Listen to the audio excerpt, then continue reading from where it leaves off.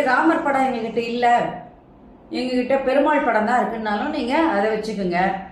இல்ல ஆஞ்சநேயர் படம் இருந்தாலும் நீங்க வச்சு வழிபாடு செய்யலாம். ஏன்னா ஆஞ்சநேயரோட இதயத்தில் இருப்பதே ராமரும் சீதையும் தான். அதனால அதை வச்சு கூட நீங்க அன்னைக்கு பூஜை பண்ணலாம். படங்கள்லாம் நல்லா தொடச்சிட்டு துளசி மாலையை அன்னைக்கு கண்டிப்பா போடுங்க.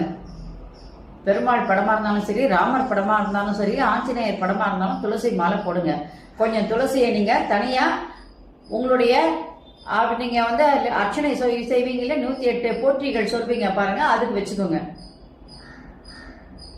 சில பேர் வீட்டுல ராமருடைய விக்கிரகம் இருக்கும்.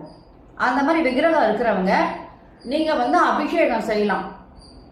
1, 5, 9 உங்களால என்ன முடியுதோ, உங்களுக்கு எப்படி முடியும்னு நினைக்கிறீங்களோ அந்த மாதிரி அபிஷேகங்களை நீங்க செய்யுங்க.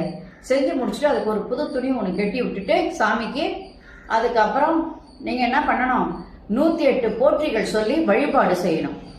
இந்த மாதிரி வழிபாடு செய்வதனால உங்களுக்கு பலன்கள் இரட்டிப்பாக கிடைக்கும். 108 ஸ்ரீராம ஜெயம் எழுதலாம். இல்ல 1008 முறை கூட நீங்க ஸ்ரீராம ஜெயம் அன்னைக்கு எழுதுறது ரொம்ப ரொம்ப புண்ணியமானது.